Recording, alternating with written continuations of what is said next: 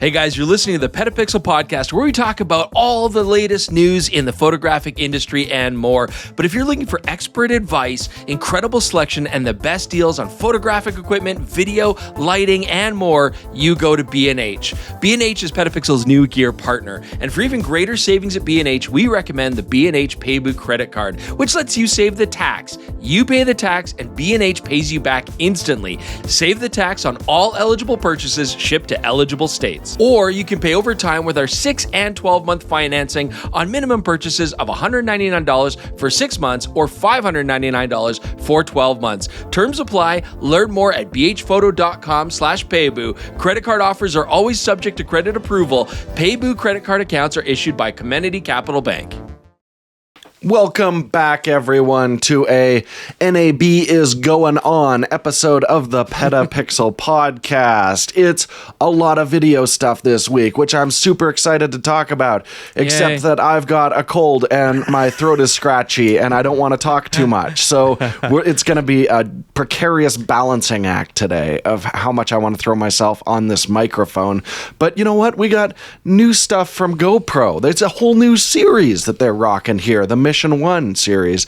We've got a new Pocket, a replacement for the Pocket 3, the most popular camera in the world, I believe. Is that official, Jaron, or is that just our observation? It's the best-selling camcorder, for sure. It's funny, because it is classified as a camcorder.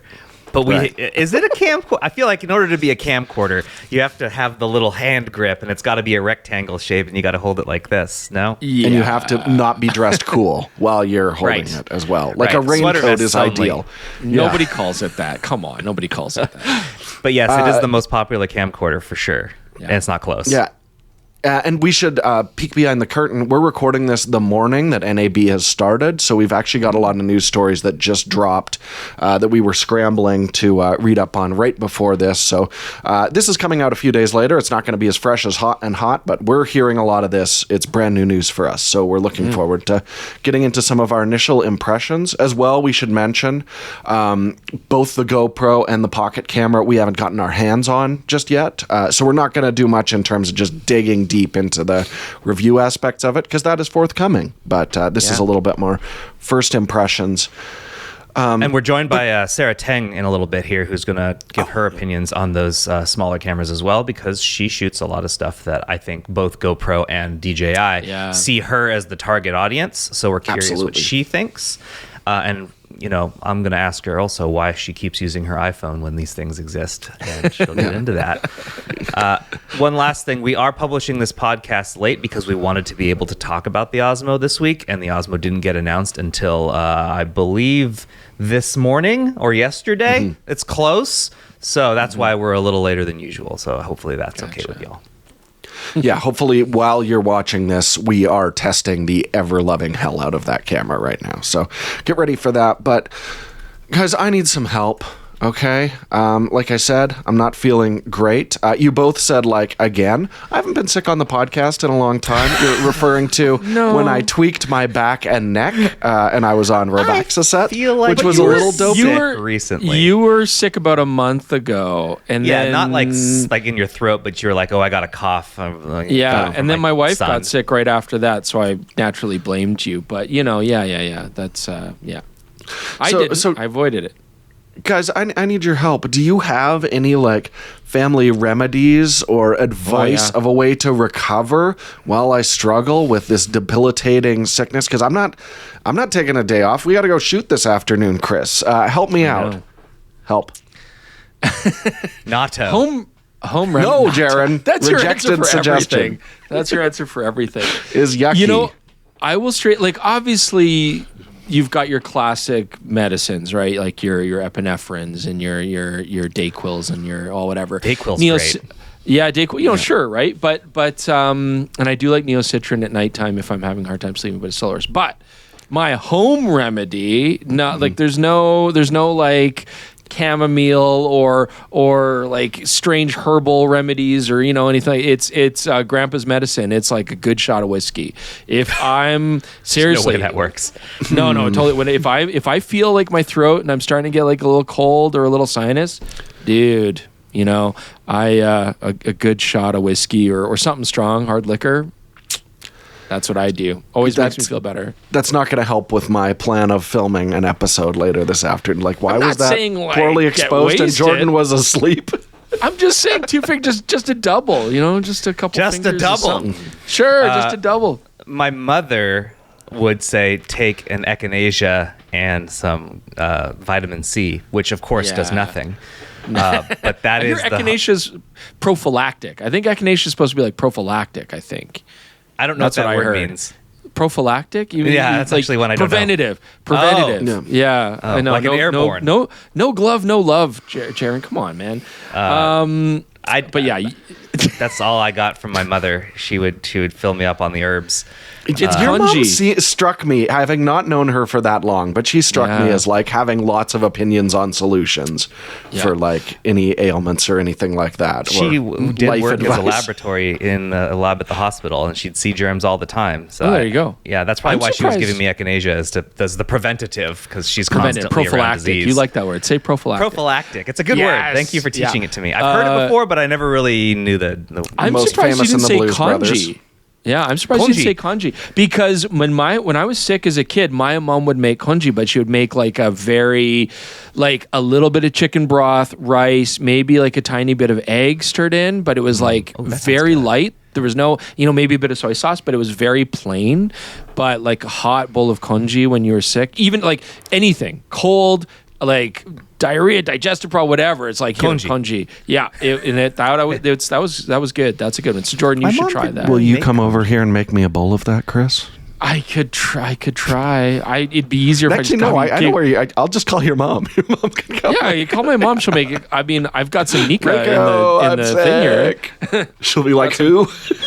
I got some PD Pure White if you want, Jordan. Some Nika Pure White still if you want. My mom would just do the Progresso can of chicken noodle soup, which, as I recall, tastes pretty good. I haven't had Progresso in like 15 years. I don't know if they've changed the recipe. But way back then, I was like, man, this is so much better than Campbell's.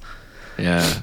So. Jordan, what is your? Do you have a family recipe? Oh no, that's why I was asking you for help. Mine is just chicken noodle soup or what. I don't have I'm on all sorts of Western daytime medicines right now. Gatorade. So.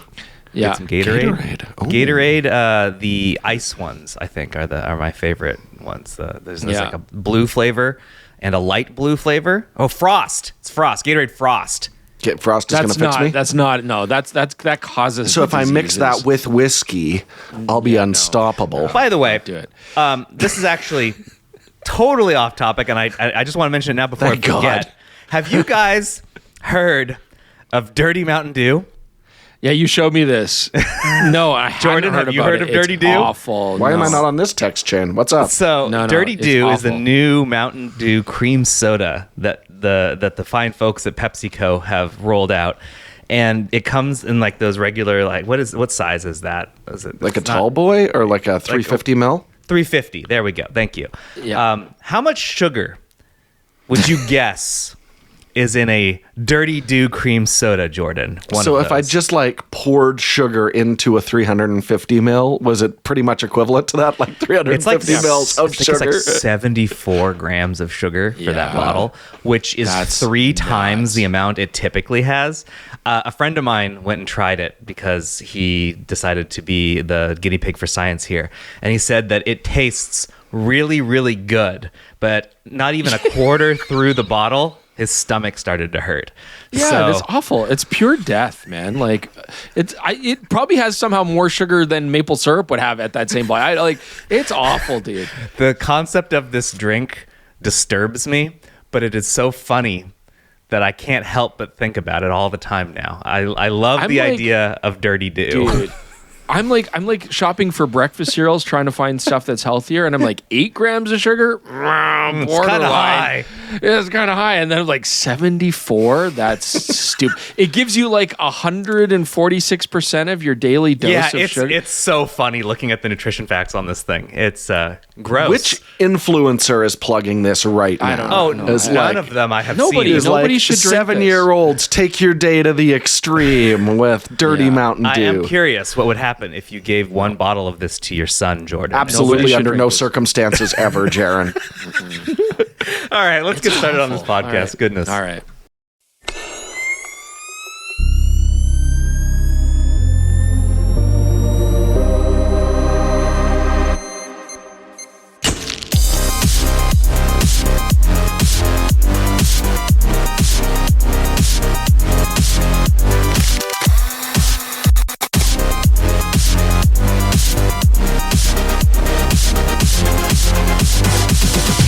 Okay, guys, welcome back. And before we get to the podcast, of course, we would like to thank our sponsor. This time it is DxO. This episode is brought to you by our friends at DxO.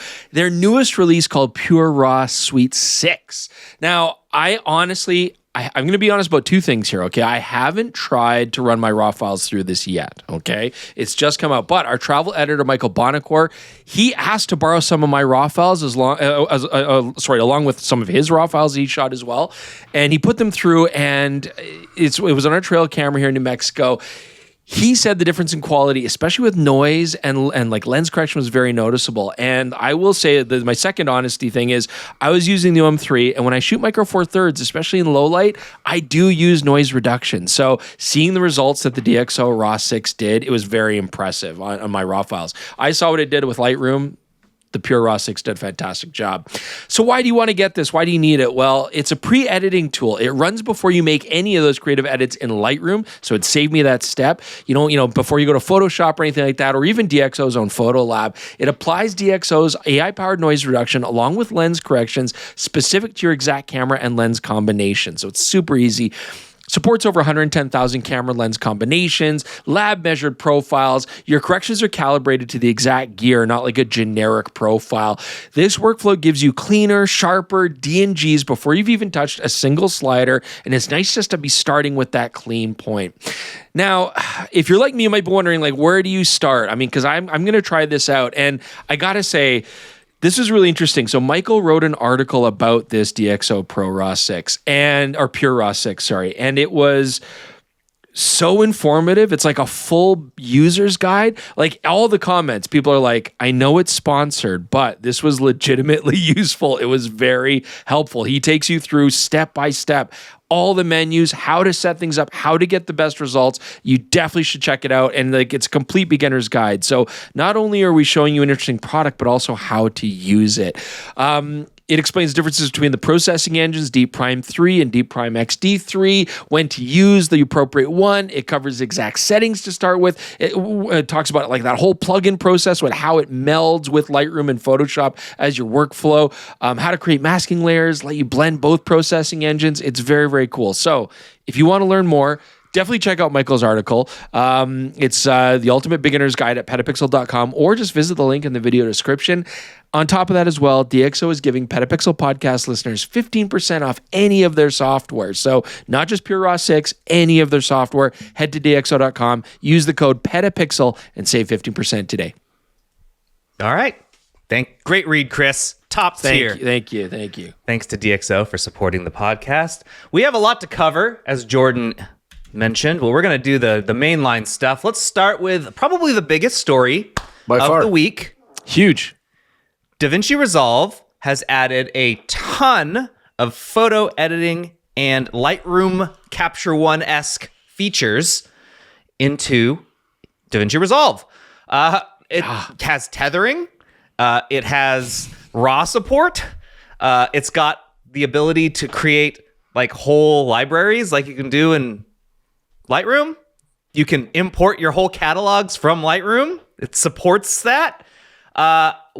At the time of recording, we're still trying to figure out how exactly this whole system works. And what I can tell you from our initial impressions, by the way, there's like a 29-page guide on all the stuff this thing does that we're going through. It's nuts. It's a little slow, not super well optimized. Okay. It's a little disjointed. A lot of the features are not found in the photo module. You got to go to get to curves. You got to go over to the video module still with the photo. It's not perfect, but I don't know. This feels like kind of a big move. I mean, DaVinci's also, their color correction tools are fantastic. I mean, they're famous for that. And that all applies to the photo editing here as well. So I think that makes a lot of sense, especially if you're already familiar with the workflow. Apparently you can use nodes, which again, I always find fascinating, but then completely lose concept of how to actually do it within 10 minutes. But you actually can use nodes on your photos as well. So that it's obviously going to be really cool for people that are familiar with DaVinci Resolve to add that familiarity. But the convenience factor of being able to do everything in one software program, I mean, for Jordan, for sure, and also for like a lot of influencers who are doing both photo and video, building social media episodes and stuff, like this is going to make a ton of sense and simplify things. Yeah, I think it's built for me specifically. Yeah. Like this is where it's going to be so incredibly useful because I do often, I round trip my photos. When you see an example of a RAW before processing and then after processing, I still have to export a JPEG of the unprocessed thing and then bring it over. Here, everything just works right in my workflow. I can be working with those original files. If I've got a photo within editing and I'm like, I think we could maybe like bring the shadows up, as opposed to round tripping into a photo program again to do it properly, to just have that tool right there. And it's really smart how DaVinci is laid out because they have different sections for parts of your workflow. So the Photos tab is completely separate, but as Jared mentioned, once it's in your timeline, then all of those same controls, like you have great curve controls built right into the program. You can use their nodes. You can apply any of your edits to just a specific thing. And it's very good at grabbing, if you want to just grab a person and adjust exposure on them, it does a way better job than Final Cut and Premiere of that. And that's going to extend now to the photo side as well. So it looks very cool. And the other thing, for years, I've been like, can we please just get waveforms on our photo editors? It has happened, people. You can now, using a video editing package, edit your photos with waveforms, which will match. So I can actually see, is this exactly the same exposure as my video footage I'm cross-cutting with these photos? Everything is better. Everything is fixed. Everything is beautiful now, except that it clearly needs a lot of optimization, and the workflow still looks a little complicated. I haven't tried it yet. I'm in an edit right now, but it looks very, very straightforward, very well thought out. Clearly, they've been planning this for a long time. Yeah, and it adds tons of value to the package, right? I mean, I think DaVinci is really, they've always done such a great job of making it accessible to people that want to try it, which is smart, generally for free. The full package is like $295 though to get the full features, but again, I don't think the photos are behind that paywall. They might aren't, but your export options, this is what I really want to play with, is they max you out at 4K exports on the basic version. So I wonder if that's going to be applicable to photos, because you can do batch export through the photos, but are you going to be capped at putting them out at 4K resolution max? But this could be a really strong incentive for them to, I would still $300 flat rate for really good photo editing support that also covers video. That's super compelling. And that would justify a lot of people upgrading. So the other thing too is RAW support. What the official word is it supports Canon CR3, Fujifilm RAF, Apple ProRAW, Nikon NEF, and Sony ARW. That's the official line. But as you guys know, each of those RAW formats has a different coding depending on what camera it came off of. So we're still testing. I didn't hear from Jeremy that the A7 IV didn't work. I gave him a RAW file to test, and he seems to have had no problem. So it's supporting the most recent Sony RAW. Now, that said, I didn't shoot that in one of Sony's more compressed RAW formats, which have been a problem. I shot that only in uncompressed RAW. So that worked, but I don't know. We'll see. I mean, this is early days, right? I mean, obviously, we're not seeing companies like OM System on there, Panasonic on there. Panasonic is an unfortunate especially for being a video editing platform, which is their whole foothold.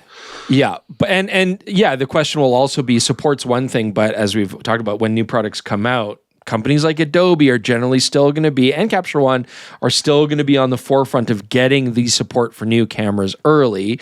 That's not a huge deal for most people, like most consumers who might be buying a camera, a couple months after launch or whatever, and everything's supported. For us, where we're always cutting edge, like we need to see it right away, that's going to be a bit of a limitation for sure.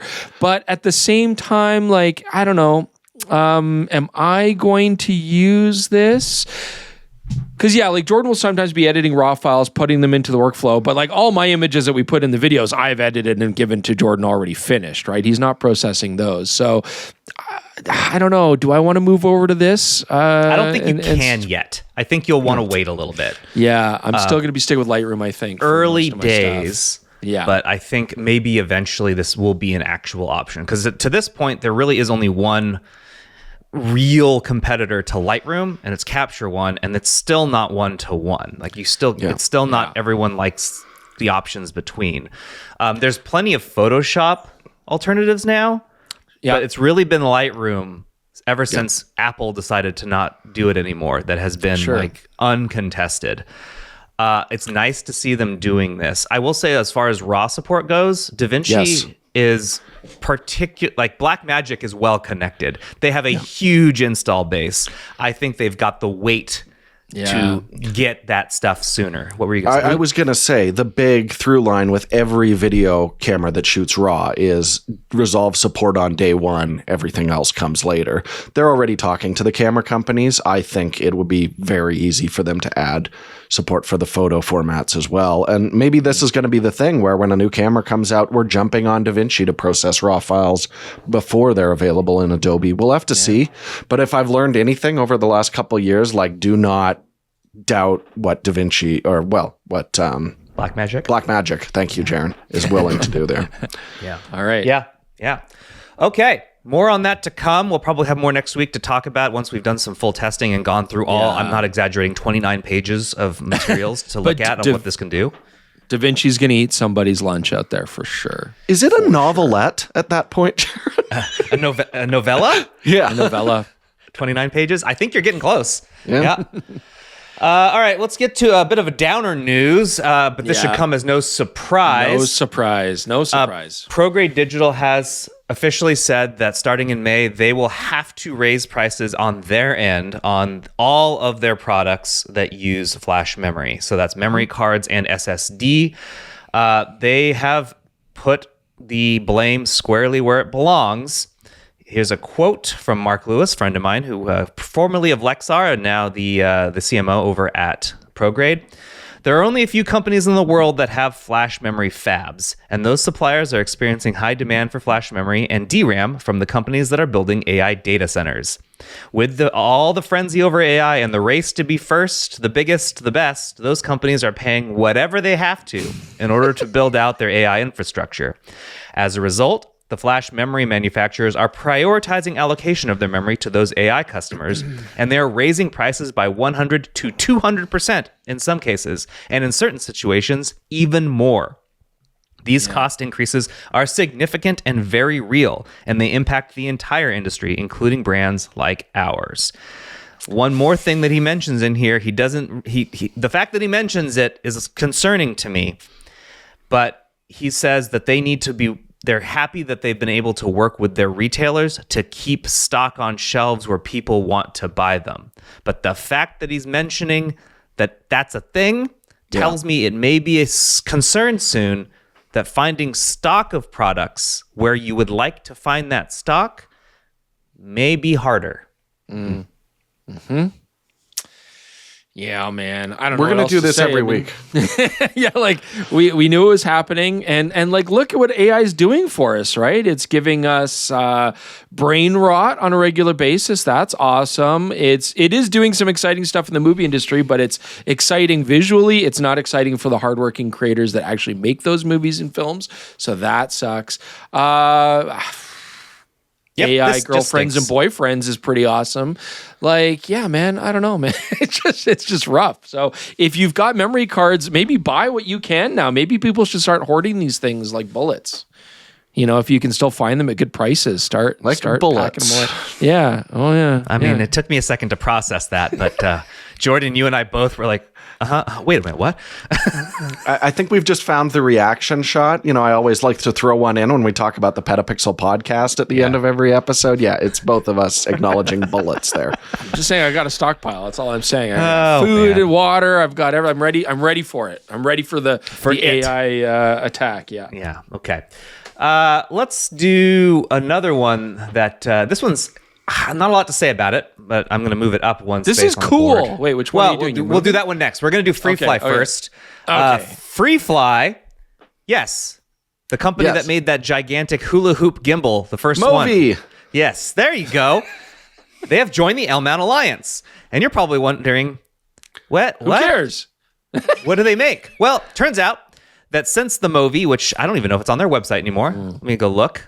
They have actually made other just things. Redirects you to DJI's website. No, they do have Movies. They still have Movies. They have the Movi XL. I'm looking at it right now, and the Movi Pro, which is the hula hoop. But they also make cameras and drones. They have 3 cameras, the Wave, the Ember S5K, and the Ember S2.5K. These cameras are Super 35, designed for high frame rate. So the Ember S2.5K, for example, will shoot 2.5K at 2277 frames per second, full resolution, and you can crop in and get 3500 if you want. The Wave is more standard. This one shoots 4K at up to 420. That's still pretty good. And then the Ember S5K shoots 4K up to 800 and 5K up to 600 FPS. So they make high FPS cameras for sports, action, drama, that sort of thing. And they can also be mounted on their gimbals, or the gimbal drones and gimbal systems. So this company joins the now many others in the L-mount Alliance. Their cameras currently only offer PL and E, so they will now offer PLE and L. Yeah, and it's just nice to see some more support on that side of things. It also makes me think there's probably going to be a full frame coming here very shortly. Any thoughts, Chris? No? No, not really. A quick one. All right. Yeah. Just a quick loop back. I asked Jeremy about the exporting thing in DaVinci Resolve. He can't. We have the paid version, so he can't test if it doesn't. Of course. And he cannot find a single page that says what features are studio only for the photo section. He does know for sure that a bunch of the AI tools are studio only, including the CineFocus thing that lets you simulate bokeh. Yeah. That is locked. So there you go. Next story is Chris, exciting. Yeah, one this you is can exciting. Lead it. Actually, because there's 2 interesting announcements here. Like, well, one's already been announced, but they're kind of similar. So, OM System has just released a version, or announced a version at least, of the OM1 Mark II that will be infrared. So, very cool. And this goes alongside the other version of the OM3 that they've talked about now, which is the astrophotography version. So, it's neat to see OM System making these specialized cameras for different kinds of photography. The OM3 astrophotography camera really opens up different wavelengths of light to capture nebulae and things like that more accurately and more vividly. I did get a small chance to play with one and try it out, and it was cool. This is now going to be infrared sensitive. Now, interestingly enough, OM System is not really marketing it as a infrared photography camera in the sense that we would use it creatively, okay? Where you get like pink trees and different colored skies and all that kind of stuff. Like they're really which is cool. They're really marketing this more as a camera for scientific and forensic use, where you can use IR to see details that you would not clearly be able to see. For example, spotting artistic forgeries or seeing serial numbers on heavily rusted materials and things like that. It's, that's kind of where they're going at. It's going to feature detachable magnetic filters, which is very similar to what the OM3 astrophotography has. These magnetic filters will then let you pass through certain wavelengths of IR light for different results. I'm eager to see what you could do with it creatively, but again, OM System's not marketing it like that. And there's companies like Arri, for example, which are famous for taking standard cameras and modifying them for creative infrared use, and then providing filters to, again, change the different wavelengths. So that's still going strong. But I think I was just saying the other day, why doesn't any manufacturer make IR versions of cameras? And then I think we had another one of our viewers actually also make a comment like, why is that not a thing? Well, here it is. Jeremy was asking me, like, why would someone do this and not just go through Arri and convert one of their own? And I think the main reason is businesses will want company specific warranty and support. Sure. That's the only reason I can think of to do that, because it might actually be cheaper to go through Arri. I don't know, but yeah. Well, and I remember there were infrared versions of some cameras before. I remember Fujifilm had some, but they had to be sold specifically to police forces. I think they actually needed permitting to ship it out to the store. So this doesn't seem to have that limitation. So we don't know all yet. Become CSI investigators, I guess. Enhance. So curious, Chris, if I can, this is only in Japan as far as we've seen. If I can acquire one of these somehow, do you want one? Not if it doesn't have creative applications. I mean, I really don't need to be trying to find, certain bodily fluids and stuff like that in crime scenes, or art forgeries, or I don't know, looking through people's clothing. Art forgery. I don't really need to be doing that. I don't think the camera says beep beep beep. You're trying to take a picture of a flower disabled. Only for crime scenes. I think you can still use it. No, but if it doesn't have creative potential, then what's the point? I don't know. I'm not an expert on IR photography, but OM system, I would think that if it did, here's why I'm skeptical. I would think that if this does have creative usage, like quite vivid colors and strange reproduction, I could see how I would see OM system marketing it as such. But if it's going to be limited to forensic use, I mean, all the example photos we're seeing on here, the actual example is black and white. So I don't know if it's just strictly for forensic use and commercial use. I don't know. So in which case, no, I don't care. But if it is, sure, great. I wonder how much infrared it gets, because like in your video about the LSST, there's multiple types of infrared. There was Grizzy, and then there was that's really red. Yeah. So absolutely, right? I mean, look, the astrophotography one's cool because the OM3 for astro is made for people that want to specialize in shooting a lot of those wavelengths that are very hard for even for regular cameras to pick up. Cool. And I will admit that I do have a bit of a blind spot when it comes to IR photography. I really have not ventured into that world. So both literally and figuratively. Literally and figuratively. But as far as this goes, I don't know that we need to do it unless it's.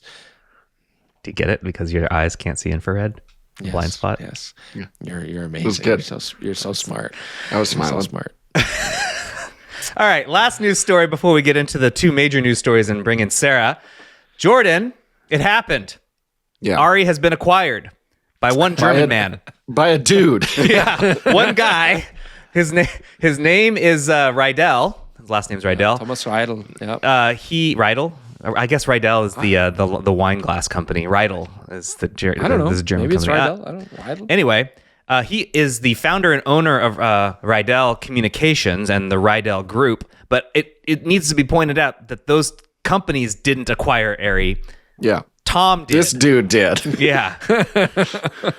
So it should be noted that none of the leadership or any of the management appears at Arri appears to be changing. It just they now went from a family-owned business to a Tom-owned business. That's what we got. It happened. Arri is no longer what it was, but it still kind of is.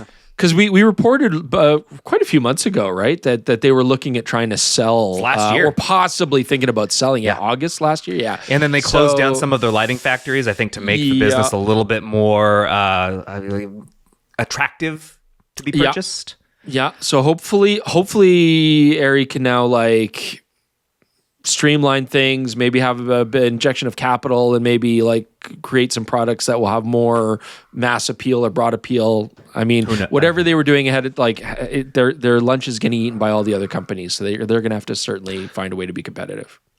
But it's not. That's the interesting thing is if you look at film and television, there's still some stuff that's shot on, some Sony Venice 2s and things like that. But by and large, if you're looking at real films or high budget TV, they still own that market. They just have to find a way to make that sustainable, because it's not like if you look back 30 years, all these moms and dads were running around with Arri cameras. They've always just supported that side. Sure. I think what was really hurting and why they went on the lighting and stuff like that is where they're absolutely getting their lunch eaten by the Chinese companies. But they have a product that is still considered best in class and isn't really getting replaced by anything else. So they have to stay afloat. So this is good news as far as I'm concerned. Sure. There's still a real need for them in the industry. Hopefully they can just streamline it to the point where they focus on cameras, processing, the stuff that they do better than anyone else in the world, and stop getting distracted with grip and lighting stuff. Yeah, because Aperture is easily winning in that space. Every right? rental house, it's Aperture. just Aperture lights now. Yeah. Yeah, will their cameras survive though? I think that's where they should focus. The issue is kind of twofold: both the problem with the diversification of their lighting and getting crushed over there, and also that high-end cinema is not doing great. And a lot of directors like using film, so you'll get a mixture of stuff happening there where they're just not. Nobody's buying that many Arri cameras. The rental houses have them. Rental houses buy them, and then that's it, right? Yeah, and they're going to be using a lot of that stock for many years, still, right? So exactly. And again, Jordan, you're the expert on it. I don't know. I'm pessimistic about it. So I don't know what Arri has to do to do. But yeah, well, so last year, Jordan, we were talking with Alex, who's a friend of the channel and excellent sound past and future guest, I believe. Yeah, we're actually going to have him hopefully on soon. He was really disappointed in hearing that Arri was going to possibly sell. Do you think he'll be happy to hear that it's to another German guy? I mean, it can go so many different ways because, it could be the Leica example, which is the other classic German thing where, you sell it to a family that takes it very seriously and brings it to a whole new level. Or it could just turn into a private equity-ish, gut it for parts, see how much money you can still make off the R&D that's already been done, which is bleak and depressing. Yeah. And this last year has made me cynical, Jaron. There you go. I don't want to be. But there is a need for Arri in this world. I'll be cynical enough for the I'll be cynical enough for the both of us. We were kind of throwing out there what if Canon bought them, right? Because with Nikon acquiring Red, we're ooh, that would be interesting. So, some manufacturer could buy the Arri name, use their R&D, use their color profiles, Alex didn't like that idea at all. He didn't like, but and it's not like we did either. But that was kind of ooh, that would be an interesting play. But clearly that didn't happen. Maybe for the better. It wasn't Canon. It was Tom. Tom. It was Tom. It was my just guess some is that dude. This felt good for both sides. My guess is Arri wanted to try and still be the idea of family owned. So Tom buying them and not the Tom's company makes that continue. Yes. They probably still wanted to be German. That probably was a big player in it. And keep their team. Keep their team. Yeah. Keep things together. Try not to upset things in any way. And this might have been likely one of the only outcomes that did all of that for both sides. My thing, though, is I question if that's the best thing for the business because all of the people who put Arri in the position that it's in right now to where it's not doing well, they're still in all the same positions. According to the press release, Tom's not going to change any of that. So that tells me to still have a little concern because what's actually changing except now Tom is out however many millions it took to do this. This is what I'm saying. Yeah. Okay. We'll see. Chris's favorite phrase. We're going to bring favorite phrase. We're going to bring in Sarah Teng now to talk a little bit about GoPro and the Osmo Pocket 4. So let's do that. Okay, for these last two news stories, we're bringing in Sarah Teng because she's got the most to say, I think, about using small cameras to make content.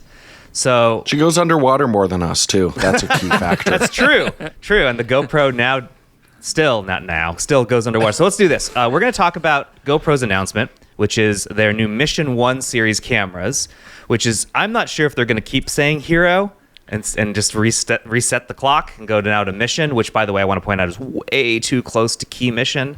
I know. I was going to say I don't know what kind of thunder they're trying to steal because you don't want that thunder. You don't want that thunder. That's not. They're taunting the bad product gods with that name. But also, we want to talk about Osmo Pocket 4. So here's what we're going to do. Let's go over everything that's new about these cameras and then have a conversation about where they fit in. So first up, GoPro.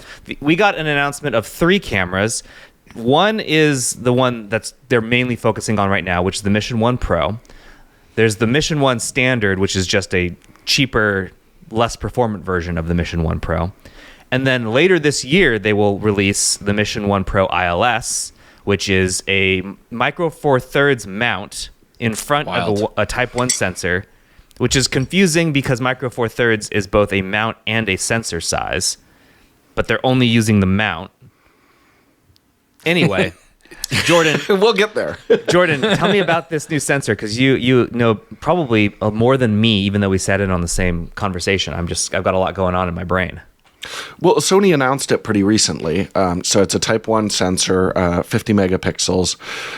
What's really interesting about it to me is a lot of the time we see these Type 1 sensors, which have historically been a 2:3 aspect ratio sensor.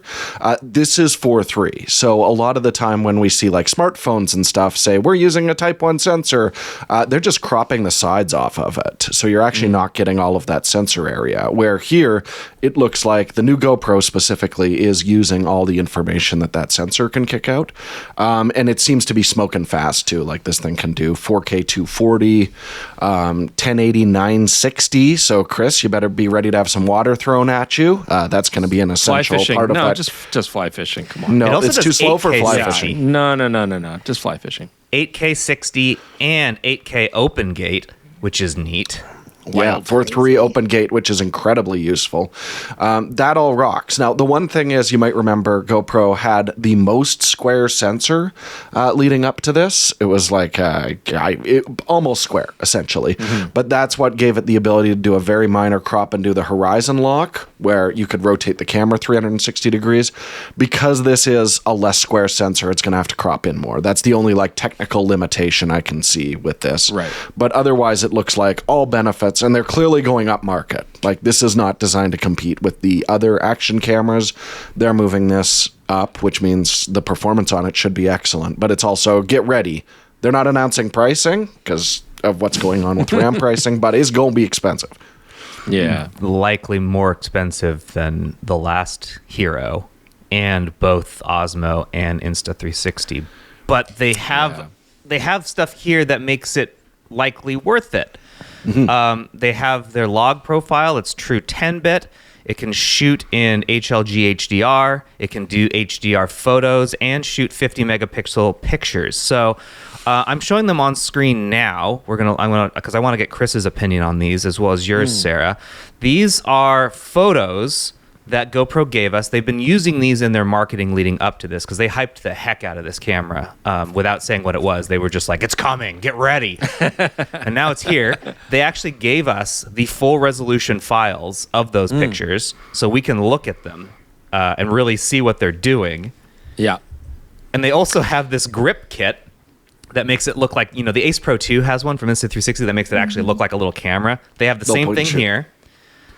So you could use this as a camera. I might make Chris do that as part of this review. Go shoot pictures with this. What do you think? What do you think of the quality? The first thing that strikes me, so it looks like these were mostly shot on the one that takes micro four thirds lenses, right? You think so?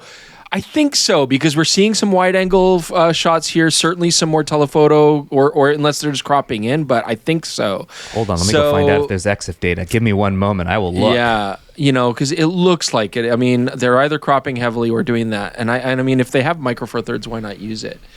But I mean, like, yeah, the image quality is good. It does look still Type 1 to me. Like, you're still getting that kind of mushy look to detail when you get in close, especially in low light situations. It's gonna suffer there. But yeah, it looks like high quality point and shoot. I mean, the lighting's nice. Obviously, they've edited them really well, and you have some manual control obviously here too. You can see some shutter speed use, slow shutter speed, fast shutter speed. So yeah, it might be like a really interesting point and shoot quality kind of camera with interchangeable lenses. It looks like the only one with EXIF data. It's been stripped on everyone except the reddish model photo. Mm-hmm. That one appears to just be the plain GoPro. Yeah. Right. Yeah, we should mention, like, the interchangeable lens version is down the road. They're pre-announcing it right now, but it's going to be shipping quite a bit after the initial, which still has a fixed 17mm ultra-wide lens. And as soon as they mentioned this, I thought about the Sony RX0 cameras, Sony's action cameras, but those had a much tighter 24mm lens. This just seems more like a classic action cam look. What do you think of the images, Sarah? I think they look, pretty good, but I can't really... Yeah, I don't know what they did to all of them to get it to look like this. And I'm just looking at the specs still, and I think I noticed that the camera itself without a housing is actually waterproof to double the depth which is a big deal for me because it used to only be 33 feet, which is like nothing. But now it's double up to 66, which is a lot more. Like, I don't know if you even, like, you hardly ever need a housing unless you're scuba diving in that case. Right. So for the stuff you do, you can probably just put this in bare, right? Yeah. Because it's mostly just free diving and surface stuff. And this would make underwater stuff look way better, I think. But I'd have to, I don't know, I can't tell. The example shots they have underwater look pretty good. Yes, that's one photo. I guess it's because it's a video clip. So there's a video clip of a diver that's in relative low light, and I'm sure they used their dive preset because they have a bunch of presets in here for whatever. It'll do color correction, noise reduction, that sort of thing when you tell it you're underwater. I agree. That shot looks incredibly good. But again, ideal circumstance, fully controlled by GoPro. That's what they wanted to show. That's probably best case scenario. Still pretty good. Yeah, like they have a photo of a cowboy. It looks like really snowy. It's the horse is running through the river kicking up water droplets. Like this is giving still classic point and shoot artifacting and down. Like your detail gets quite wormy. It's not. I mean, the subject's backlit, but it is. Scenario's not dark, and you're getting strange artifacts where contrast meets against the bright sky. You're getting a pretty wormy look to the horse and the cowboy. I think just because again it's backlit, so it can't really handle the lower exposure and still give good detail. Like it's still, to me, it looks good, but it looks like Type 1 image quality to me. I'm wondering if this shot is a grab. I think it's a grab.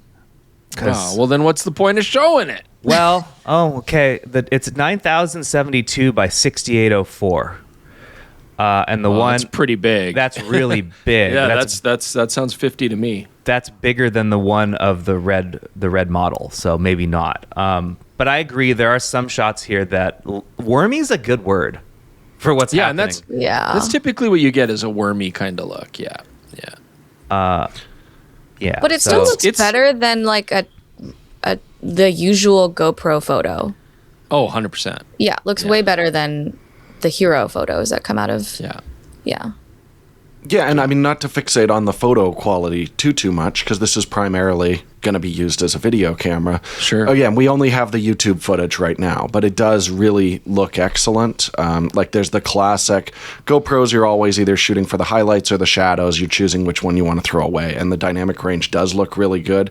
They're saying 14 stops, which everybody seems to be saying 14 stops, which is madness. You will not get 14 stops of usable DR, but it does still look like a nice improvement on that. Only thing I want to mention for low light, it is a bigger sensor than it was before, but it's also a slower lens, which obviously they don't want to point out. So it is a third of a stop slower, going from 2.5 down to 2.8. So the sensor should still make it a little better, but it's not going to be that quantum jump forward because of that. Yeah. One other thing to point out is battery life. So one thing that I have noticed about GoPros, at least in the past, is that I think the battery life is doo-doo butts. And they appear to have addressed that mostly. Right. So the headline feature is 5+ hours of battery life, but then you with an asterisk next to it, because that's only shooting in 1080 in a standard frame rate, 24, 25, and 30. Which is what you want to do with an 8K camera, for sure. Right. I can't wait to shoot in full HD. When you want to shoot in the actual frame, like resolution that you want, it dips considerably, although still pretty good. 4K at 120, they say 100 minutes, 101 minutes. Then if you do 4K 240 with proper airflow, that's 74 minutes. If there's no airflow, it dips to 35 minutes. It just overheats. At 8K open gate, that's 96 minutes. 8K 60 at 16:9 aspect ratio, that's 74 minutes. These are actually pretty good. It's not enough to like stick it in a jet and be like, all right, I'll see you in 6 hours and get everything that you got. That's the problem we ran into when we were shooting the Blair Bunting doc years ago, is like nothing we had could last long enough. But good. Yeah, for sure. Well, and the cool thing, too, Sarah touched on it, is because the waterproof depth is so much better. We used to see it all the time with customers at the camera store where they would put things in an underwater housing, nowhere for the heat to go. The camera would just roast very quickly. So if you're not dependent on putting it in an underwater housing now and you're getting over an hour of runtime, that's pretty hot. Like, that actually adds to the usability. Not literally hot. No, yeah, it's not hot. It's the opposite super of cool and chill and dope. Yeah.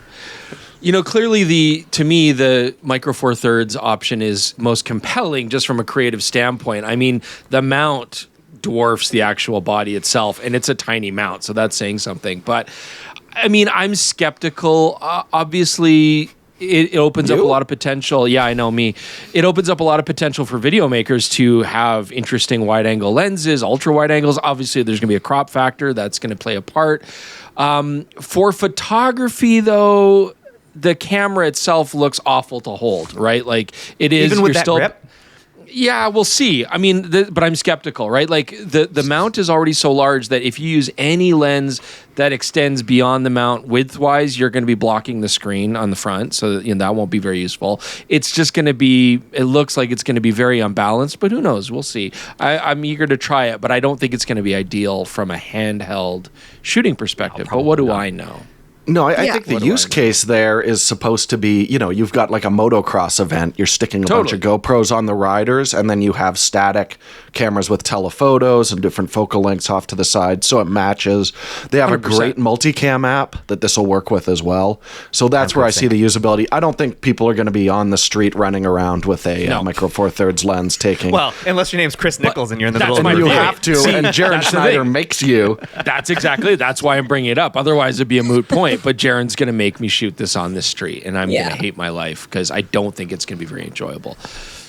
But I'm up for the challenge. I don't think it's really meant for. It's not really meant for photo though, and I'm okay with that. It seems like it'll be a great video camera for people that don't have an FX3 but still need something better and something more rugged. I don't know. I think it's pretty cool. One thing we asked them, and they're working on it, but that open gate with the interchangeable lens mount. Open gate to me is really the most useful for one feature, and that's anamorphic. So they're looking into it. They were unwilling to say if it was going to be supported on every anamorphic lens that exists for Micro Four Thirds, but I think they're planning on releasing a list of ones they've tested and say, yes, this does work. That'd be cool. That, I think, means that the GoPro can then better integrate with real cinema setups as a backup camera for those more intense situations or where you just can't get a camera into a position. That's where GoPro has been great, and this is going to make that even better. Yes, it'll still be bigger, but with the crop factor, think about the potential for macro video on this thing. You could do some really stunningly interesting macro video, and underwater, not like, or at least water's edge kind of stuff you could do, but certainly bugs, insects, all that kind of stuff. Might be cool. I wonder how it will work. I'm sure it won't have really any water resistance, even if you use like an OM lens, but You guys want to guess how much it's going to cost? I'm going to say $900 US for the standard action one. I was going to say $1,000. Yeah. $1,000? I was going to say at least 1,000. How much is the current Hero? Yeah, how much? Like so Hero 13, that's the most recent one, right? Yeah, black. That's a $380 camera. 800? I'm gonna go 800. $799. I bet I think that's reasonable for what this does. It's still expensive, but they're going up market, so I don't mind them doubling the price that they're currently at. Yeah, I do think it's worth pointing out as well that the black is still going to stay in the lineup. They're still going to have all of the more basic models. I'm guessing like in another 6 months, they'll update those ones so they don't steal any buzz from this. That's why I was surprised. I was like, but Techtober, that's GoPro month. This is really weird timing. So I bet they're just on alternate release schedules now. But if you're looking for an affordable GoPro, you can. The other thing, Jaron, as you mentioned, anamorphic. Remember the big feature last year was GoPro 13. You can get anamorphic lenses for it, baby. Yeah. They do have a profile, but I bet it's only for their 1.5 squeeze lenses. And it's also funny, that was the headline feature. And we were like, can we test it? And they were like, no. Yeah, we still haven't tested that. That's funny. All right, well, we'll loop back to GoPro as to where it sits in the market in a sec. Let's move to Osmo Pocket 4, probably the most anticipated camera in years, the most popular camera in the world, as far as like video camera, standalone video camera. If you are a tourist in a Japanese garden, then you own one or many of these. These are so stinking popular.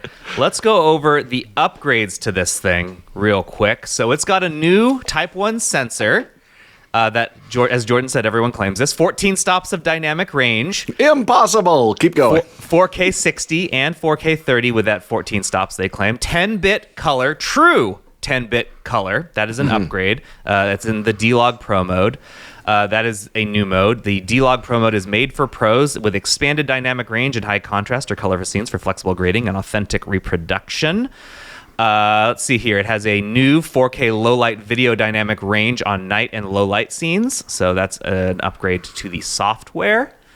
It has, you can shoot in 4K with the 2x zoom. That's probably due to the increased resolution of this new sensor. 4K 240p FPS slow motion. They're saying a feature found only in high-end cinema cameras costing tens of thousands, like the Red V-Raptor XL and the Blackmagic Ursa Mini Pro 12K. Because that's or the GoPro that was announced on this.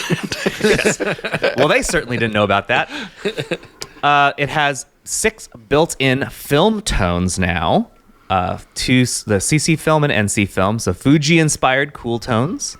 Classic negative style film, pastel, warm, movie, and retro. Let's see here. Built-in filters and higher resolution images. So other new features in there. Has a better and improved active track, improving stability to lock on subject with no risk of loss or shake is the claim. And better intelligent autofocus, which is, I think, one of the standout features here, because the autofocus on the current one is unreliable, I would say. It is. Chris and I actually shot an entire episode of the show with me as the host, and the entire thing was out, so we never released it. That's how bad the autofocus is.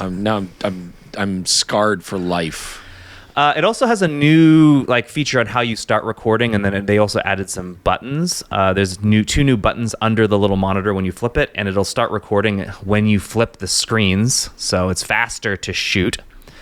Yeah, that's the mainline stuff. It's essentially taking what everyone liked about the Osmo and making it just a little bit better. That's how I feel about this.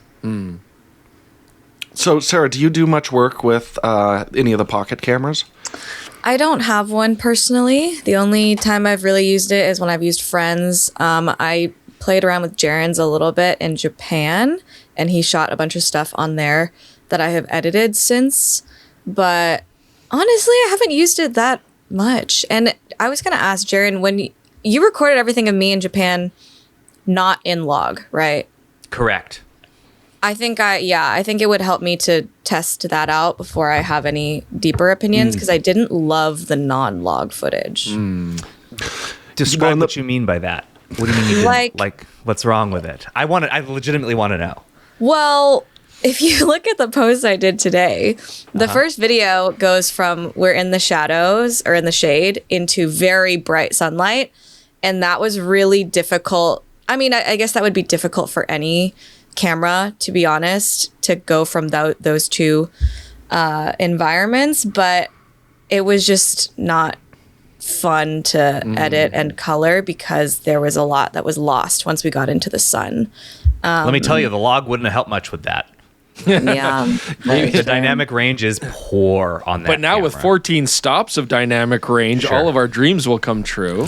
Well, no, it is a big deal. Yeah, what is the current? What did they say? They probably said 13. Yeah. I mean, the thing is, it didn't have the full log profile. It was their D-Log L, which they also have in some of their more basic drones. And that really is just like you're taking the contrast slider and saturation sliders and scaling them back a little bit. It's not a true log profile, where now they're implementing their full curve, which I really like working with DJI's log. So that should be a huge step forward just in terms of flexibility and avoiding banding as well, which was kind of notorious on. I know we were shooting in bright sun, Jaron, for I think it was like a smartphone comparison or something that we did together, and yeah, you got wax face big time in that original log footage, which I think is what kind of led to you shooting standard profiles. Yeah, I more. stopped using the log. Even when graded correctly, it looks it's only got 12 stops is the claim. I doubt it's getting actually 12 stops, like usable stops in all lighting scenarios. So yeah, I reverted back to standard because to me it comes out better than when I was grading the crummy log. Mm-hmm. But people still love the convenience of it, right? I mean, the beauty of it is it follows your face. It's great for influencers doing vlogs, handheld stuff. Set it on a tripod, move around, and it follows you. Like, so that's still going to be a huge appeal. But can you guys even get these, Jaron and Sarah? Oh, I mean, no. You know, so that's really going to. I feel like that's really going to put a damper on. Yeah. We can get it when we travel internationally. Sure. But sure. yeah, no, it's not. DJI is not supporting sales of it in the United States officially. That doesn't mean that B&H won't somehow get their hands on it. I don't know how they do it, but I think you can still buy the Yeah, I can buy a DJI Osmo Pocket 3 right now from B&H. So they're getting it from someone. But yeah. Do you guys know? Sorry, go ahead. Sorry. No. I was just going to say, like, in the little I've used it, the gimbal functionality was by far the real appeal. So, but a lot of people are still vlogging with their smartphones. Like, Sarah, are you using a gimbal mount on yours or still just handheld or? No, just handheld because iPhone stabilization is also really good. Mm-hmm. Yeah. And I think a lot of people are doing that, right? I mean, convenience is still really the main driver for people. Like, it's got to be simple and convenient. Yeah, and I think it just depends on what they're trying to get out of the footage. Like, if it's going on YouTube, maybe it could stand to be better quality. But if it's just going on social, your phone is the easiest way to do it because you can just edit everything in the same environment and then post it immediately. Yeah. Yeah, and talking about the Osmo just in terms of my own workflow, and I'm saying Osmo, which it's no longer anymore, it's the Pocket. But I did remember grabbing a Pocket 2, or Osmo 2. God, this is going to get confusing. And I really thought I would use it just intercut, like instead of doing a walk and talk, Chris, you can remember, I was like, we'll just use this for that. It'll talk to our microphone, seems really convenient, and the quality dip was so noticeable that I just eventually stopped doing it. So I think we're now getting close to the threshold of like, it's similar image quality to if I really stopped a camera down, maybe not identical, but it is getting closer. And the audio support they've done is really interesting where you can now run 2 of the DJI mics straight into it without a receiver and still record the ambient sound from the mic. I could see that being absolutely awesome. Like on the street, have Chris laved up, me laved up, and we could just go talk to someone or capture environmental audio simultaneously. That's really cool on such a small package. Because otherwise I'm looking at a camera with an XLR attachment and all kinds of stuff dangling off it to do a similar kind of job. And this can do it just in that tiny little package. So I think usability is the big upgrade. They've also put a lot of internal memory, 107 gigs in there. So for most people, I think they'll probably just shoot to the internal and then micro SD cards more as a backup. Nice. So, I mean, what is exciting is 1-inch sensors seem to be getting a real push this year. So that's cool. Yeah, absolutely. And I wonder if we're going to see that. Yeah, this that is higher 2 res. of them, right? 2 new Type 1 sensors back to back. Yeah, this doesn't seem to be the same sensor. I think this is still a 2:3 aspect ratio. Not that they're ever going to tell us until we like snap it open and take a look at it, which we're not going to do. So Which we'll they never frown know. upon. Yeah. But it's exciting. Maybe somebody will actually make a new point and shoot that actually uses some of these new sensors instead of just rehashing ancient ones and then taking important features out of them and selling them for more money. Still a little bitter about that. Have no idea what you're referencing. So taking these 2 things together, Sarah, and knowing that GoPro also sells this gimbal unit that can make it into an Osmo, which it can't because it's huge, but you can put this on their gimbal system and do the same sort of stuff with it. Both of these cameras have something that the iPhone typically doesn't. There is an exception now. Insta360 has like a little screen that you can get now that sits on the back of your phone that shows you what it's shooting. Because I've seen you shoot, Sarah, and you'll take your phone and you want to use the better lens, and then you set it down and I guess Now you're hope blind. you're in. You've got a pretty good idea of its frame now, probably from like using it a bunch. But I see this the biggest benefit here is you can actually see what you're shooting built in with these cameras, but it is now an additional system to what you're already carrying around. So I wanted to ask you how you make stuff and people like you. When would you buy these, and would you? I would. I think they are still very much for different people. Like, I really think GoPro is still for the activity enthusiasts and like outdoor people who need something more rugged that has a lot of mounting options. That's the benefit of action cams, obviously. Whereas like the Osmo is really great for just like a lifestyle vlogging creator because it has the built-in tripod. I see people use that all the time. You can just like film yourself and stick it anywhere, take a group shot. And that's the benefit of it. And having the gimbal, because you're always like moving, but it's not like you're doing extreme sports with the Pocket. So it's still very different for me. I would definitely use both or either, depending on the scenario. Like, I can't use the Osmo Pocket to go underwater. Does it have any actually weather sealing? Like, how is it in rain? Nah, I wouldn't. Yeah. Umbrellas. Don't. Yeah. And obviously, you don't want to be bashing it around or anything either, obviously. Yeah. It's still a little fragile because that gimbal because of the gimbal, and that's great. But it's not super fragile. I mean, I've stuffed this thing into a bag. It's got this, at least the 3 does, I'm assuming the 4 does too. As soon as that gimbal head registers motion on it, the motors release and let it float around, so you're not like, as Chris Stressing. says, reefing on it and breaking it. Yeah. There's still very different use cases for me, but both good and useful in their own way. So sure. Sorry, I guess the question I have for Sarah, though, Sarah, is like, when you're making your content for YouTube, let's just say for YouTube, like, you know, you're doing social for the Mahjong Club, like all these kind of things, right? What are you missing on your phone? Like, what would it take to make you do that, accepting that it's going to be that extra step of then having to transfer video and edit it separately and then post it? You know, that extra layer of complexity. What would it take, or what do you feel you're missing right now from what you're doing, if anything? Yeah, good question. I mean, I think it's, if I wanted a more, not necessarily complex is the right word, but like kind of a more complex edit, because I don't carry a phone tripod, or I have an Octobuddy, which is like the sticky mount that you can put onto like anything with iPhone MagSafe, but I don't really use that very often. So it's like anything that I take on my phone is usually just like casual handheld lifestyle things that I use for my Instagram story. But if I was, I think actually if I was trying to make a YouTube video, I'd probably lean towards the Osmo Pocket, because it can do everything else that my phone can't, in terms of like, again, being able to set it up somewhere to get different POV shots. I don't necessarily think I would choose the GoPro over the Osmo in that case, because it's just like, it comes, I don't know. The gimbal's too large. It's still really a small camera, but yeah. Like, I've seen what you try and walk around with on a day, like in your bag. Your bag gets heavy. Yes. Like, you don't, carrying around another gimbal of that size, I don't feel like you would want to do. I mean, we had the Osmo Pocket available too when we were shooting around in Tokyo, and you essentially never asked me to use it. Like, I pulled it out and got shots for you, but it wasn't something that you were reaching for. No, because at that point I had my Sony. So I was like, I'm going to use this one because I know what the quality is going to look like and I can rely on it.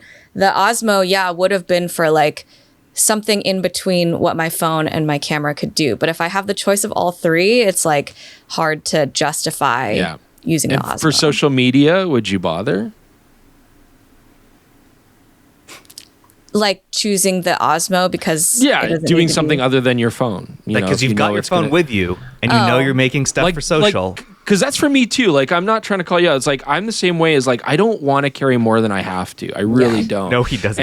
And I don't. And I like convenience. Like, it's like, it would take a lot to make me get away from the phone. It's true. Yeah. He hates it. If we ask him to bring something, he's like, do I have to?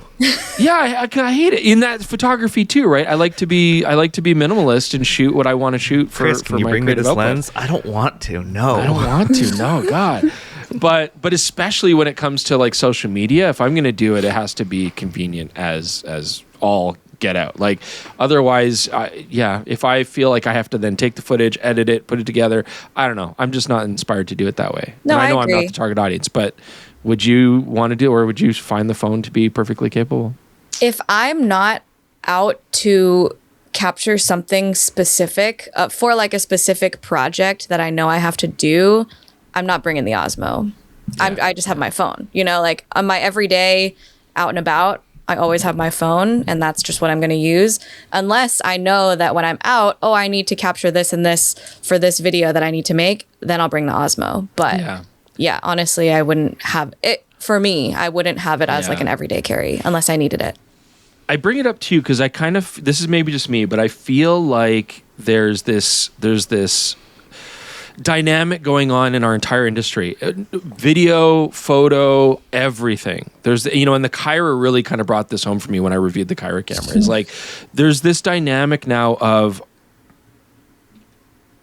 like an arms race between smartphones and then the rest of our products. And it's like, smartphones are always getting better. They're trying to do new features. They have limitations, of course, but like there's always this arms race on when does a phone get good enough that we really have to then go to other stuff, right? Like when I played with that Kyra, which is trying to do something a phone can't, the whole time I was like, the Xiaomi Ultra 17 gave me a way better photographic experience, and it didn't feel like shooting a phone. So I'm like, there's this arms race where can the phone reach a point where it's going to make a lot of our photo stuff obsolete, or it's good enough that we're not going to really go to it? And so that's kind of this dynamic that I always struggle with. You know what I mean? I think it depends on how serious the photographer is. Because for most people, I would say the answer is yes. For us, because we know the difference and we can see the difference and feel it when we edit the photos, like it's not the same. At least now. It's not. Yeah. It's not going to compete with full frame or anything like that, of course, right? But I don't know. Yeah, that phone got pretty close to giving me a really interesting photographic experience, as Jaron saw. Yeah. Like I wasn't shooting it like a phone. I was like thinking like a photographer. That was pretty wild for me. That was the happiest I've ever seen Chris using a phone. Sure. Is it fully manual with all the controls? Yeah. The only thing you can't change is the aperture, because the aperture's fixed. But everything that can be changed, you can change. Nice. But yeah. And it's not to call that out, because I'm sure the Vivo and stuff, they all do that. But it's like, it's reaching a point where, well, we'll see. We'll see. So I think the only thing that there's really still an arms race with is stabilization. And you mentioned this, Sarah, that the iPhone stabilization is real good. So like you don't often need a gimbal like you do with the Osmo Pocket, and GoPro providing one, clearly they think you probably also need one if you want the maximum quality. I can see why when Apple made their stabilization as good as it is, you feel even less inclined to go get a standalone camera system. And like the gimbals that you can get for an iPhone feel superfluous at this point, to me at least. I don't think there's much sense in using those. Yeah. And their digital gimbal, like their crop and follow, frame, reframe, it works pretty okay.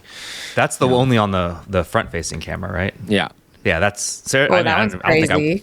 I don't think I've even watched you use that. You always turn the camera around, the phone around. Yeah, because it's a better camera. And I love the 0.5 mode. Like, it has a look to it that I actually prefer over something like the Osmo, just because I like having a really wide angle when it's like a vlog style kind of thing.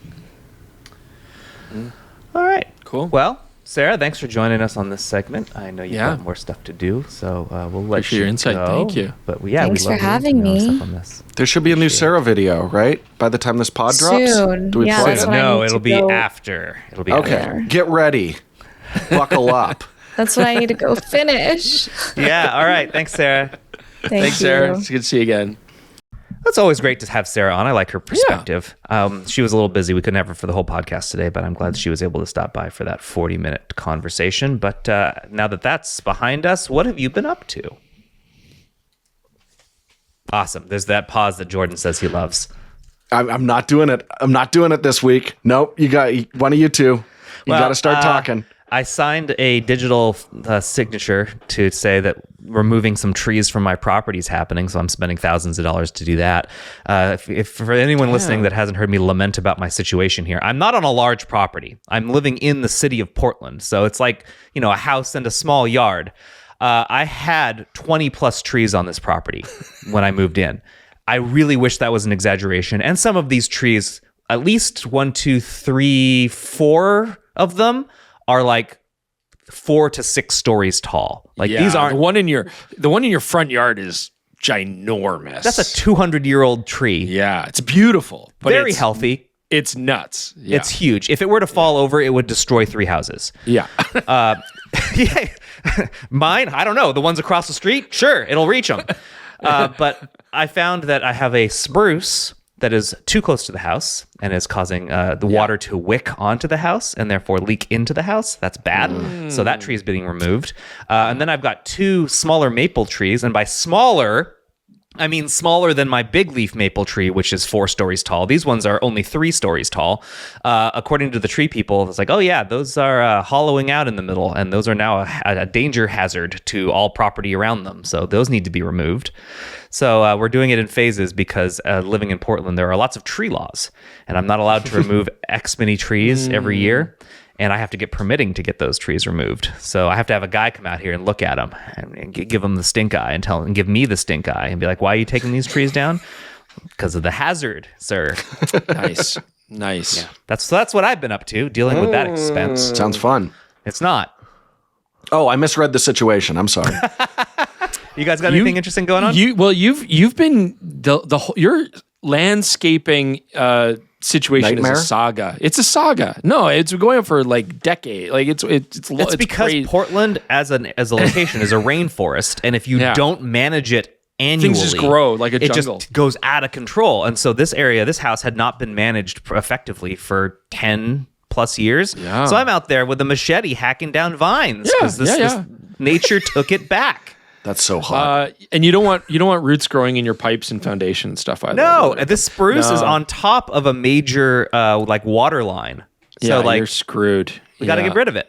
That's what you get for buying. Why didn't you buy some soulless, infill duplex thing that everybody else is doing? Because then it would have been made improperly and like water would be leaking because your house is beautiful. It's just ancient and like all the trees is beautiful. What am I so we're buying a pergola, like a thing for the deck, to cover the sun, like a metal whatever. So I've been measuring the deck and all this kind of stuff because my wife and my daughter are vampires, and if any sunlight touches them, they erupt in flame. That's just their genetic nature. So we have an umbrella, but it's a pain in the ass. So we're gonna have this metal thing, and I got to measure it and bolt it in and everything like that. So that's coming. That'll be a lot of work then, time that I don't have. Just another project. I wish I lived closer. I would come help you do these things. I appreciate. I enjoy building. Yeah, well, that puts me in a horrendous position. Thanks for saying that, Jaron. Well, you have 2 children, I'm right down the road. I'm not helping. Yeah. You don't strike me as like builder handy though. You strike me as like a loving father, but not necessarily one with the ability to put up an Amish barn. That's a challenge. That's. But then also, there's a tackle swap this weekend, and just like in a community center, it's basically a garage sale for people to sell fishing stuff. And I asked my daughter if she wanted to go and check. She said yes. I didn't expect that, so I took her there, and we had a great time. And did you create a fisherman finally?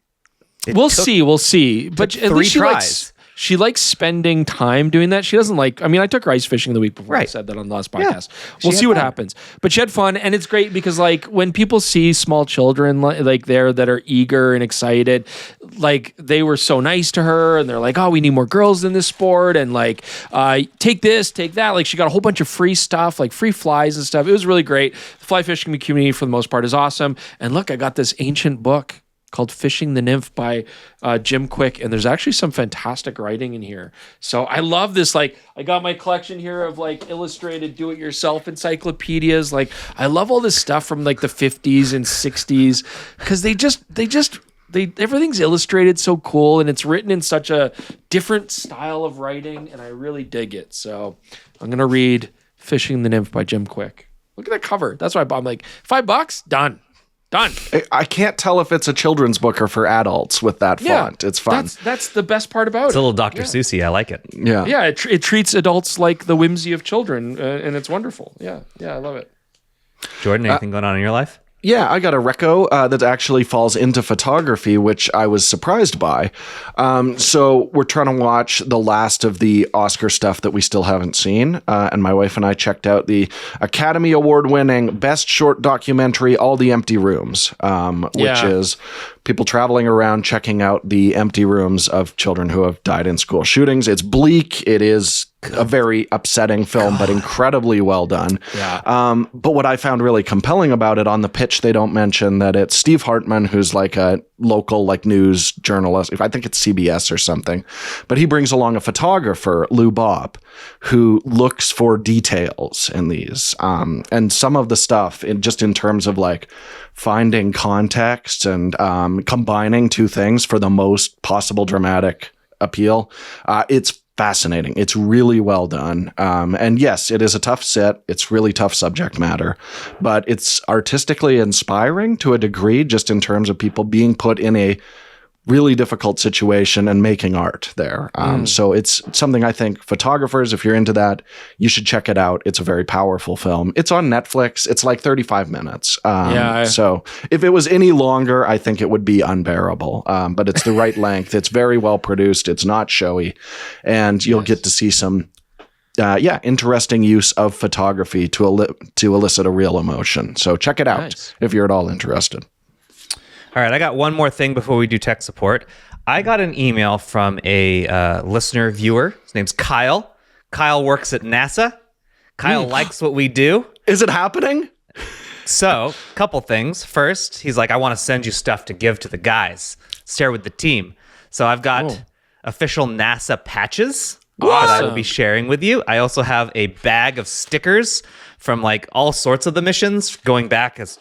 I don't know. I've got some in here from 2020 for the Mars missions. Awesome. I've got official NASA, the whole NASA stickers in here. Anyway, I'll be giving these to you guys the next time I see you, which is not pretty too far from now. But he also went out of his way, Kyle, thank you for doing this, to connect me with the right people. And during this podcast, I got an email. I want to hear from the listeners. I want to get an idea of your interest. If you watched our LSST videos, the one that was done about the camera over in Stanford, and then we went down to Chile to actually see the first pictures taken by the telescope down there, would you like us to do one on the Nancy Grace Roman Space Telescope? That is the one that will be effectively replacing Hubble. Yeah. James Webb did not replace it. They were completely separate types of space photography. This is the next generation telescope, infrared telescope designed for basically what Hubble does, although it's significantly better. Its field of view is 100 times larger than Hubble's, potentially measuring light from 1 billion galaxies in its lifetime. So it's scheduled to launch by May of next year, but could launch as soon as the fall of this year. Do people want that? Let us know. If you are interested in that, I think we have the ability to tell that story. Cool. I would like to do it. Yeah, I'd like to know more about... here's something that I'm under the impression of, Chris. I think the CCD sensors on the Roman are the same ones from the LSST, which is just in a different array. The ones that we saw laying Not the discarded ones, not the ones that aren't perfect, but I think there's only 2 companies that fab those sensors. Yeah. So of course they're going to be similar. That would be interesting though, because obviously this is going up into space, which is really cool. Yeah. This is going up. Whereas the LSST was designed for very quick mapping, wide field view, super wide. Yeah, focusing on the southern sky. This is going to be in orbit. They're going to be able to point it at everything. It's going to be very exciting. And it of course isn't going to be shooting through the atmosphere, so yeah, that would be cool, man. Yeah. I'd be excited just to not see the comment, why don't they just put it in space? Which was every third one on the LSST. So to be able to say it's in space, shut up, would be really, really valuable for me. Very cool. All right. And I would like us to see the launch, and I'd like us to see the first images. Do something similar to what we did with LSST. Maybe a couple of videos. We'll do one on the science tech, one on the launch and the image tech. So if you're interested in that, let us know. The more of you let us know that, the more I can be like, hey, PetaPixel boss, we need to put aside some of those PetaPixel membership funds to cover the costs of making sure we can do this. So speak up. All right. Now with that out of the way, we can move on to some tech support. I got one from Paul here. Let's listen in to a speak pipe. Gentlemen, love the podcast. Thank you very much. Question: many manufacturers are offering a monochromatic camera, which is great. I love that. But nobody seems to be offering an infrared camera. How apt. Do you have any thoughts on that? Thank you. Yeah. Well, there you go. Well, not no one. One. But again, the question is really going to be, there seems to be a difference between infrared for forensic and art reproduction and whatever else used and creative infrared. So the real question is, does a manufacturer see the benefit in making a camera that will be specifically designed for creative infrared photography? And I guess it doesn't make a lot of sense fiscally. Like, why limit your camera that way when people could just choose and elect to spend more money to get it modified by the companies that are out there doing that? Although warranty and stuff like that is certainly a valid thing. So, I mean, we make infrared film still. Like, I have a roll of Rolei infrared. Yeah, like, it's still a thing that people like to do. For sure. You know, I mean, maybe the question could be like, oh, well, is there a way to make a manufactured camera that has a sliding built-in filter so that we could go, you know, like an IR cut filter, so that you could go between creative photography and then standard photography, you know, and then the filters would really be a big part of it, right? Like, there's a lot of engineering involved, but yeah, does a manufacturer see the fiscal benefit there? I don't know, the ROI. I just keep going back to, again, when we were at TCS, I wonder if it's a liability thing that they don't want to be selling true infrared cameras. Remember like the Sony TRV fiasco where the little infrared night vision on that could see through people's clothes and they had to recall that very quickly? I could see that being a potential concern as well, where they're just like, well, if people want infrared, they can modify the cameras themselves. That's my theory. Yeah. All right, this next one I slotted in because it is directly related to a conversation we had already today. But the end of this is more going to be a question to you guys. So I'll read it. This is from Casper. It's an email.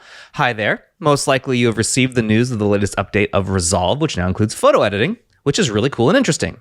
As I'm in brand management, I rely heavily on Capture One for stills and DaVinci Resolve for video just because it's the best software for high-precision color control.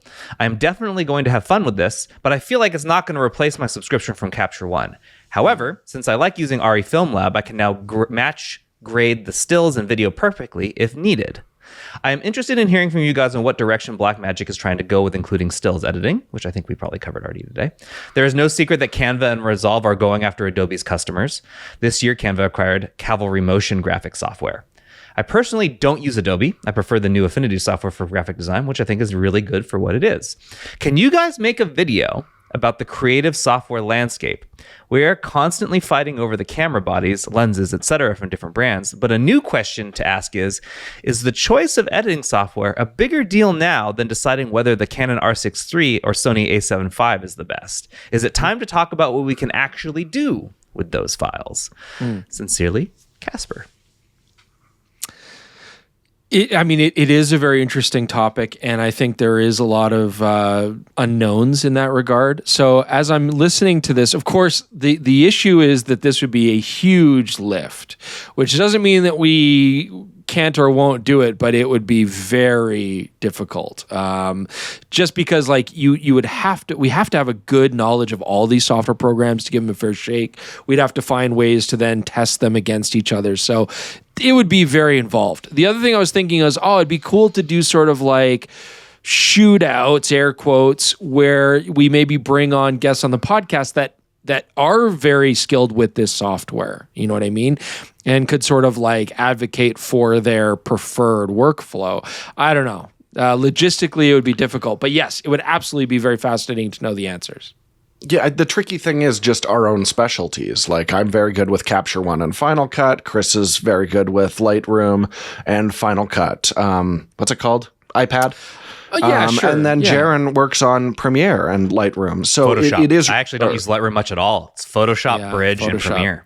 There we go. Yeah. So that's what makes it so difficult when we're comparing these programs. It's not one of us with a lot of experience with all of them. We'd be picking bits and pieces. So we'd all have to use them pretty extensively. Yeah. And I see these all the time on the internet as like 5 days with blank software. And I don't consider that a software review in a lot of cases. If you're not already familiar with the precursors and stuff, it takes more time than that. So it would be a matter of actually switching our workflow. I've been threatening. It's on there. I have Resolve. I have used Affinity for some photo editing as well. See, it's right here. Yeah, it's not open, but it's not going to be a comparison of all the editing software. I'm probably not going to open Premiere again, but I should be able to give you on the podcast a long-term impression of, hey, can DaVinci actually replace Capture One and Final Cut in my workflow? We'll see. I have an idea, like something we could do, and it would require working with some other creators, is like, let's compare what each of these looks like when you bring in a raw file and do nothing to it. So what is that raw reader doing? How well is it reading that file? All of us get to look at that. Then we also talk to people who are using these, bring them on, or at least like have them film themselves talking about it. We can, YouTube lets you collab now, and we can be like, here's what you can expect here. Here's the workflow. Here's the stuff that we don't like, that sort of thing, and put it all together. Because all of us, you're right. And it's going to be difficult to find someone who's super knowledgeable about all the software. So why not pull in people who are knowledgeable about their specifics and point out the pros and cons? That's a doable situation. Sure. Yeah.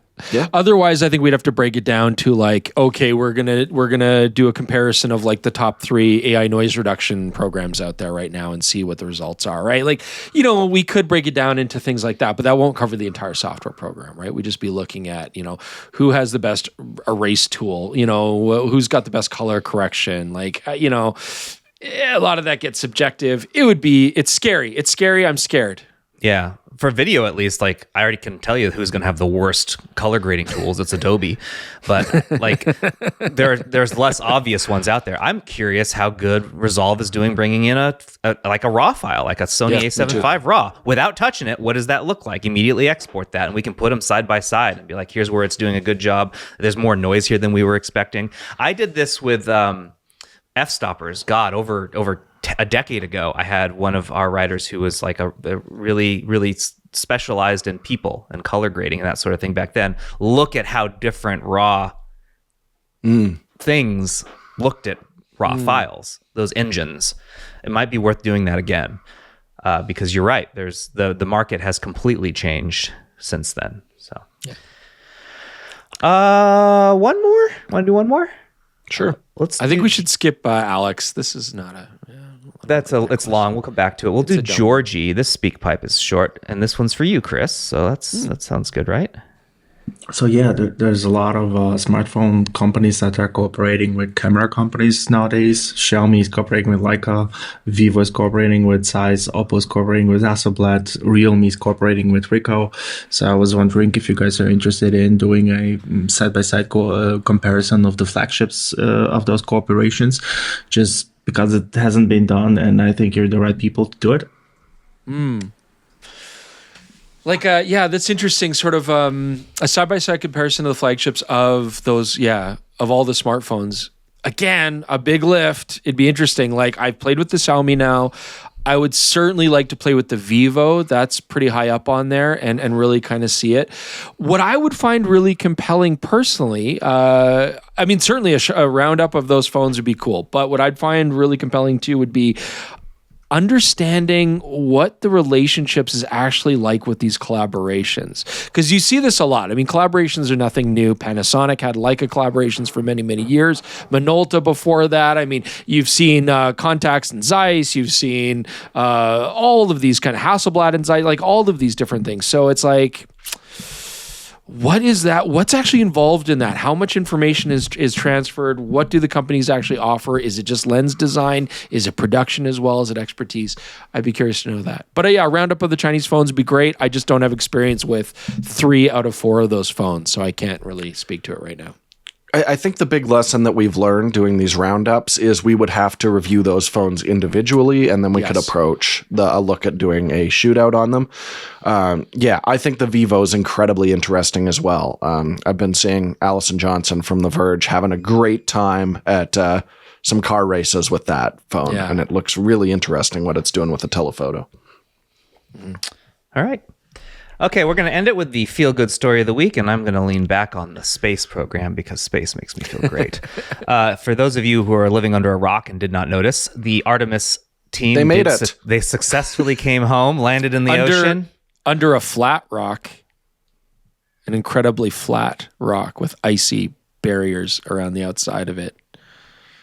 Yeah, I'm personally leaving this kind of awkward sound around you because... That's so that's stupid. the people who aren't interested in the Artemis mission is the flat earthers out there. Flat earthers? Yeah. Yeah. Anyway, we have a story here on PetaPixel, 10 photos that tell the story of their return to Earth. It just is a really cool set of pictures. I'm happy they made it back. I'm excited for the next phase of the Artemis program. Man, I cannot wait to see pictures from the lunar surface again. I was talking to Jeremy about this.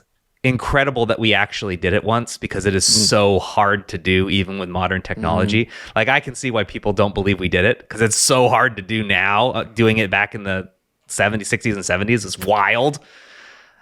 So yeah, I feel good about this. I'm glad we made it home. Just to have a piece of news everyone's talking about that isn't horrifying has been a real treat in the last 10 days. Yep. Yeah. Warms the heart. Moonbase is exciting.